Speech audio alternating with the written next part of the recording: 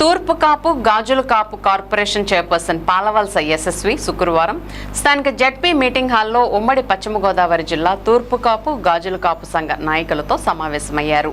ఈ సందర్భంగా వివిధ కార్పొరేషన్ల ద్వారా అమలు పరుస్తున్న పథకాలు వాటి యొక్క వివరాలను సంబంధిత కార్పొరేషన్లకు తెలియపరిచినట్లయితే వారి ద్వారా బీసీ కులస్తులందరూ ఆ పథకాలకు దరఖాస్తు చేసుకోవడానికి అవకాశం కలుగుతుందని బీసీ కార్పొరేషన్ ఈడీకి సూచించారు. ఈ సందర్భంగా తూర్పు కాపు మరియు గాజుల కాపు సంఘ ప్రతినిధులు ఓబీసీ కుల ధృవీకరణ పత్రం పొందడంలో వారు ఎదుర్కొంటున్న సమస్యలను చైర్పర్సన్ దృష్టికి తీసుకువచ్చారు.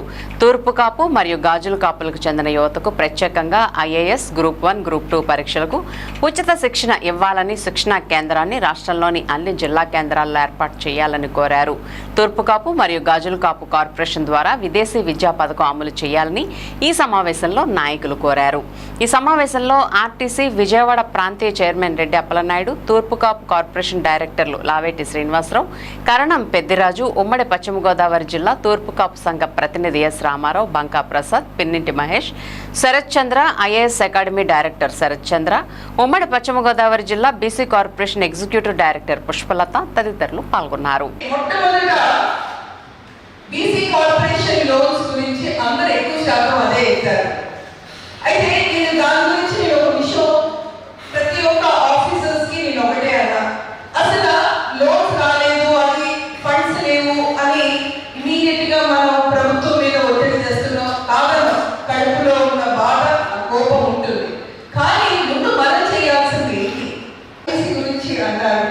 ఓబీసీ సర్టిఫికేట్స్ గురించి ఓబీసీ సర్టిఫికేట్స్ అంటే ఇందాక నేను అన్నాను అదే సెటిలర్స్.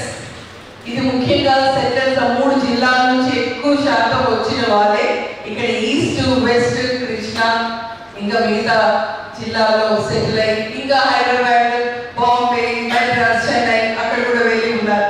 దీనికి కారణం నిజంగా చాలా బాధాకరమైనది. ఎక్కువ శాతం ఉన్నది తూర్పు కాపులు.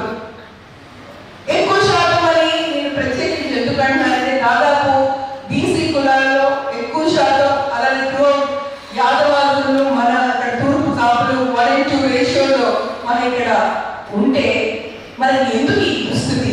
ఇంకొకటి అంటారు మన తూర్పు కాపు అయితే బాగుండదా, అలా ఉండాలి, అది బాగుందా, రోషంగా అని గర్వంగా కావాలని చెప్పగలిగే శక్తి అది మన ఎగ్జాంపుల్ గా అవ్వాలి. ఇది ఆవేశంగా ఇచ్చే స్పీచ్ కాదు.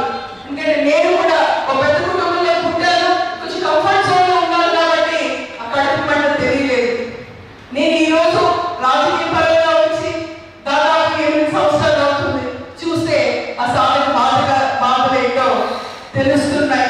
అక్కడి నుంచి నిరంతరం దానిగా మన పెద్దలందరూ కూడా పద్దాక ఢిల్లీ కావడం, ఎంపీలు కావడం, మంత్రులు కావడం, బీసీ కమిషన్ కావడం, మరి ఆ రోజు తెలుగుదేశం ప్రభుత్వం ఎన్డీఏ గవర్నమెంట్ చంద్రబాబు నాయుడు గారు కూడా దీన్ని రికమెండ్ చేయడం, తర్వాత వైఎస్ఆర్ గవర్నమెంట్ కూడా రికమెండ్ చేయడం, అక్కడ ఉన్నటువంటి అన్ని ప్రయత్నాలు చేశారు. ఈ రోజు మన ప్రధానంగా ఉన్నది ఏంటంటే పవన్ కళ్యాణ్ గారు ద్వారానే అది చంద్రబాబు నాయుడు గారు చంద్రబాబు నాయుడు గారు రికమెండ్ చేశారు.